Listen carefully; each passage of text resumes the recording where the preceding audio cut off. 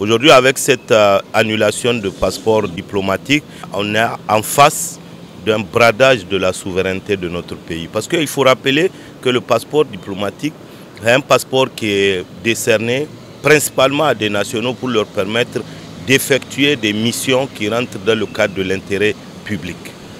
Mais lorsqu'on se rend compte que sur 990 passeports environ qui ont été annulés, plus de 600 appartiennent à des étrangers, c'est une preuve, s'il en est, que la gouvernance de la Renaissance, acte 1, 2, 3, est une gouvernance sous le signe du bradage de notre souveraineté à des intérêts étrangers. Parce que quand on donne, ça veut dire que cette personne-là, elle peut utiliser ce passeport à des fins qui échappent même à l'autorité qui l'a délivré. On se rappelle d'ailleurs, il n'y a pas si longtemps, il y a des passeports diplomatiques qui ont été utilisés dans le cadre de trafic avéré de drogue, de stupéfiants. Donc, c'est qu'il n'y a pas de surprise lorsque le nom de notre pays sera cité dans des entreprises soit de narcotrafic ou des entreprises de terrorisme et autres.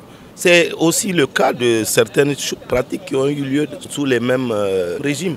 Et ça, malheureusement, ce sont des pratiques qui peuvent se révéler dangereuses et qui auront des conséquences pour notre pays. Je pense qu'il faut qu'il y ait un audit de l'ensemble des pièces d'état civil qui ont été délivrées sur la période de la Renaissance pour qu'on puisse s'assurer que des documents nigériens ne se trouvent pas entre des mauvaises mains.